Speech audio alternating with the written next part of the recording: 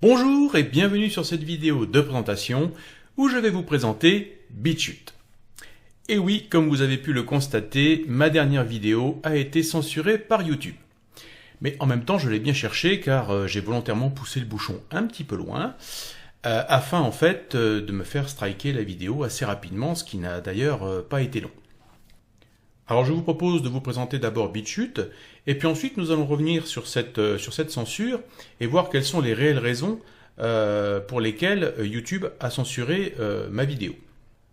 Alors BitChute a été développé en 2016 par une personne qui s'appelle Revae, et qui a donc développé BitChute en voyant que la censure se développait de plus en plus sur tous les types de médias sur Internet, et en particulier sur YouTube. Alors, comme vous pouvez le voir, ma chaîne est intégralement synchronisée sur BitChute. Et c'est tout l'intérêt de BitChute, c'est qu'en fait je n'ai rien à faire de particulier, j'ai juste créé un compte sur BitChute, et ensuite à chaque fois que je poste une vidéo sur YouTube, elle se retrouve automatiquement sur BitChute. Elle est synchronisée en fait.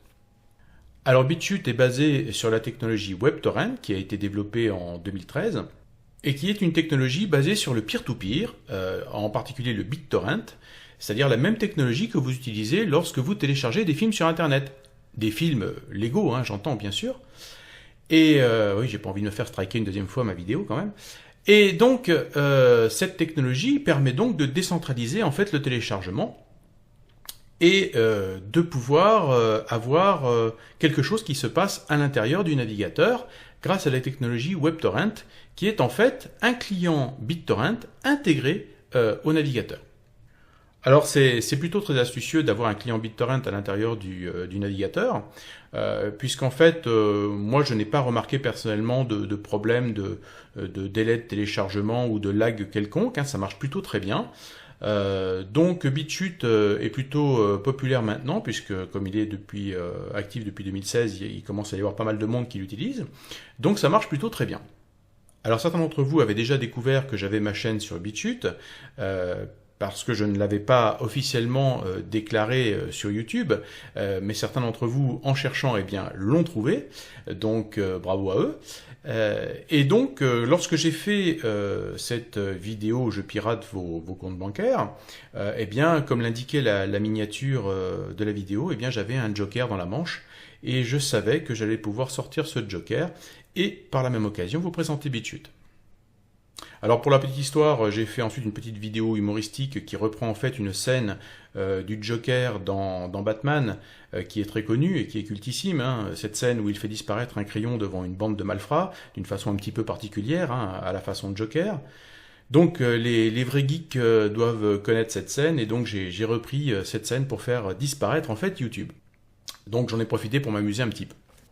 Donc n'hésitez pas à aller sur BitChute, à créer un compte sur BitChute et à vous abonner à ma chaîne également sur BitChute, ou à d'autres chaînes bien sûr que vous trouverez. Alors la majorité des chaînes sont anglophones sur BitChute, mais vous trouverez peut-être quelques chaînes françaises qui se sont également mis sur BitChute. D'ailleurs, j'aimerais voir plus en fait de youtubeurs sur BitChute, parce que franchement c'est très facile, il n'y a rien à faire vu que ça se synchronise tout seul. Normalement j'imagine que tous les youtubeurs devraient être sur BitChute, ne serait-ce que pour se protéger de la censure éventuelle. Alors j'ai l'intention également d'aller sur d'autres alternatives de YouTube, comme par exemple le fameux PeerTube. PeerTube est une alternative vraiment très intéressante de YouTube, sur laquelle je reviendrai très prochainement. Donc j'envisage effectivement d'autres alternatives pour que ma chaîne ne soit pas censurée. Avant de revenir sur la raison de cette censure, j'aimerais faire un petit clin d'œil à la chaîne d'Adrien, une chaîne qui s'appelle donc Adrien Linux Tricks, qui a fait une vidéo sur ma vidéo, et il montre dans sa vidéo qu'il a développé un petit add-ons qui va en fait corriger le défaut du clavier virtuel de la banque postale.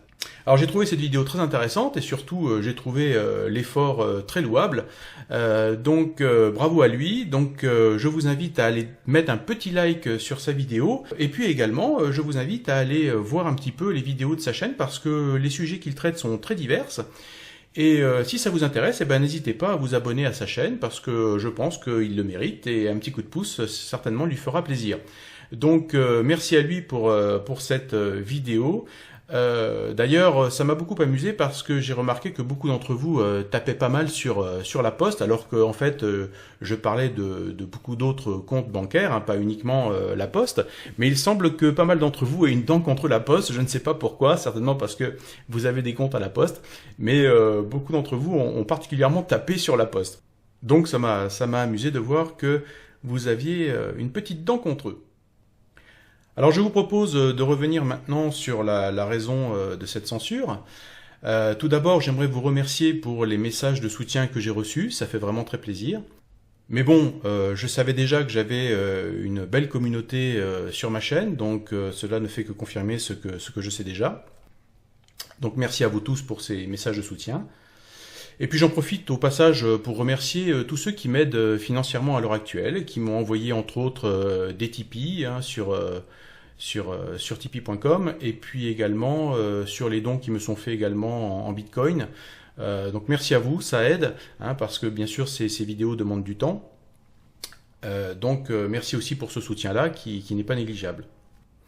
Alors comme vous pouvez le voir, dans l'email que j'ai reçu de YouTube, on m'indique en fait que mon contenu encourageait des activités illégales ou incitait les internautes à enfreindre le règlement de YouTube.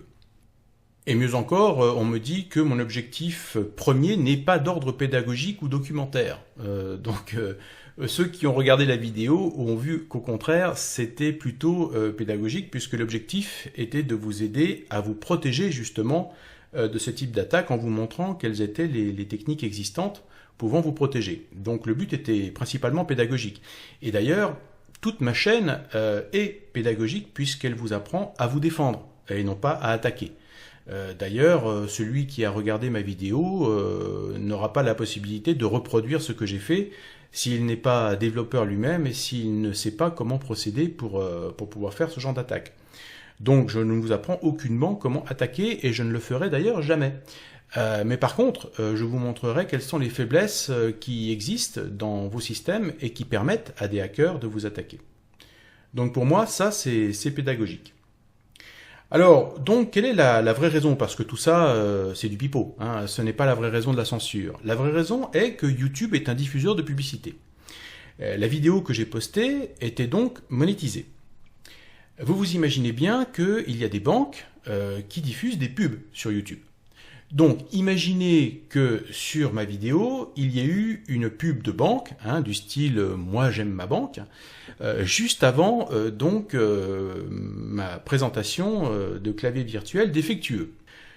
C'est sûr que ça leur donne pas une bonne image.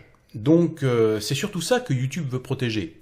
YouTube veut protéger ses annonceurs, surtout que les annonceurs ont été un petit peu fâchés il y a peu de temps de cela, avec des vidéos entre autres djihadistes qui leur a posé quelques problèmes. Oui, c'est sûr que si vous avez une vidéo de publicité de Super U juste avant une vidéo de djihadiste, c'est clair que ça passera pas.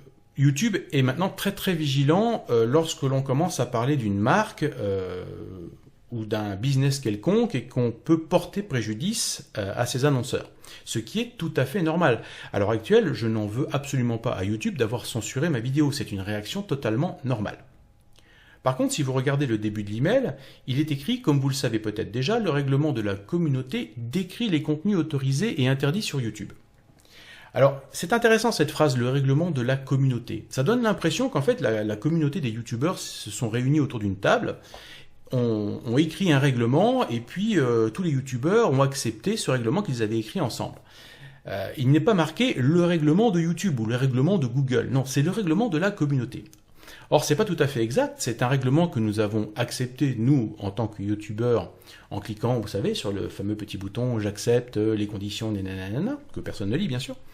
Et de ce fait, j'ai accepté donc ce règlement de la communauté de YouTube, mais qui a été écrit par YouTube, pas par la communauté.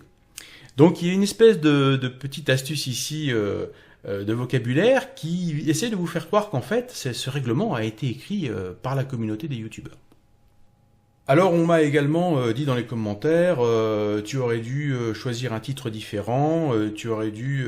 Ben non, justement pas, puisque l'objectif c'était bien sûr d'aller appuyer là où ça fait mal, et d'accélérer la détection par le bot, en fait, parce que je ne pense pas réellement que ce soit quelqu'un qui est signalé. Il est fort possible que ce soit tout simplement le bot de YouTube qui ait signalé la vidéo et qui ait donc allumé plein de petites lumières rouges sur les tableaux de bord des modérateurs, plutôt que quelqu'un qui est réellement signalé. C'est possible aussi, hein, c'est possible que ce soit quelqu'un qui ait signalé ma vidéo, mais j'en doute. Il a de fortes chances pour que ce soit le bot qui l'ait fait. Ceci étant dit, certains m'ont dit qu'ils avaient été voir leur banquier pour aller se plaindre, parce que je voudrais bien voir la tête du banquier d'ailleurs. Si vous avez des vidéos, n'hésitez pas à me les envoyer, parce que je pense que ça devrait être intéressant. Mais voilà, donc en fait, je pense tout simplement que c'est le bot qui a détecté les mots-clés qui n'allaient pas, hein, banque, hacking, tout ça. C'est sûr que ça a allumé plein de petites lumières rouges sur les tableaux de bord. Et donc ensuite, il y a forcément un modérateur qui a dû commencer à regarder la vidéo, et quand il a vu les logos des banques, il s'est même pas posé la question d'aller à la fin de la vidéo, hein, c'était clair pour lui. Je pirate vos comptes bancaires avec les logos des banques sur la vidéo, c'est clair que là, c'est le strike direct. Donc voilà, il ne faut pas en vouloir à YouTube particulièrement, c'est simplement qu'ils protègent leurs annonceurs, parce que c'est leur business, c'est comme ça qu'ils gagnent de l'argent, et c'est d'ailleurs également comme ça que les YouTubeurs gagnent de l'argent, hein, c'est grâce aux publicités qui sont diffusées. Donc c'est une réaction tout à fait normale. Alors on m'a également dit, tu peux faire appel de cette décision. Très honnêtement, je ne vais pas perdre mon temps avec ça, parce que YouTube ne sera pas ma priorité dans le futur, hein, c'est clair, hein, je vais plutôt me diriger vers des alternatives de YouTube. Je veux me libérer de tout ce qui est de la publicité. Alors que va-t-il se passer à partir de maintenant? Eh bien sûr, je vais continuer de poster des vidéos sur YouTube, mais lorsque je vais traiter des sujets qui sont un petit peu plus sensibles et qui risquent de porter préjudice à des marques ou à des business, à des gens dont on ne peut pas dire du mal, eh bien je posterai mes vidéos sur des alternatives de YouTube. Et je vous posterai une petite vidéo sur YouTube vous indiquant où trouver la vidéo que j'aurai postée ailleurs. Donc je vais multiplier ma présence sur différents réseaux, je posterai tous les liens nécessaires sur ma chaîne. N'hésitez pas à bien enregistrer tous ces liens, car il est possible qu'un jour, étant donné que la censure est en augmentation constante chaque année, il est fort possible qu'un jour, ma chaîne soit totalement bannie de YouTube. C'est très possible. Donc, il faudra vous rabattre sur les alternatives sur lesquelles je serai toujours. Voilà, je vous remercie encore pour votre soutien. Et je vous dis à très bientôt pour d'autres vidéos.